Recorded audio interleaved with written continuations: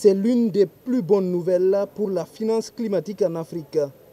Dans les 5 prochaines années, la BAD, Banque africaine de développement, s'engage à mobiliser plus de 25 milliards de dollars pour les projets d'atténuation et d'adaptation au changement climatique. Les pays devront présenter des projets bancables, donc suffisamment bien montés pour bénéficier des fonds. Un engagement extrêmement important de faire en sorte que 40% de nos financements soient dédiés au changement climatique.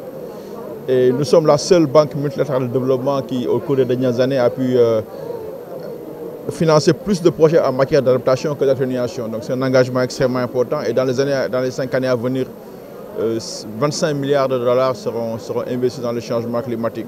Ce fonds sur le changement climatique est un des multiples instruments que la Banque africaine de développement utilise pour pouvoir aider les acteurs, notamment au niveau local, à accéder à des financements sur la base d'appel à proposition. Donc c'est un processus extrêmement compétitif. Déjà, un fonds dédié au changement climatique est disponible sur le site de la COP26. Au stand de la francophonie, les bailleurs du fonds exposent sur les conditions d'accès aux ressources déjà disponibles. Aujourd'hui, le fonds s'élève à 24,640 millions de dollars. Aujourd'hui, pour y avoir accès, c'est essentiellement via appel à proposition. Donc les pays, les institutions éligibles sont les institutions gouvernementales, les ONG, mais également les collectivités territoriales.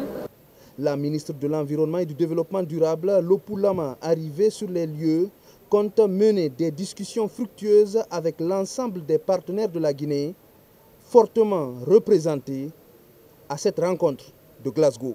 À toutes les parties à la Convention cadre des Nations Unies sur le changement climatique, aux partenaires bi- et multilatéraux, aux partenaires techniques et financiers, mais aussi aux investisseurs, la volonté affichée du chef de l'État, le président de la République, colonel Mamadi Doumbouya, de respecter et de faire respecter tous les accords bilatéraux, multilatéraux et internationaux dont la Guinée est partie.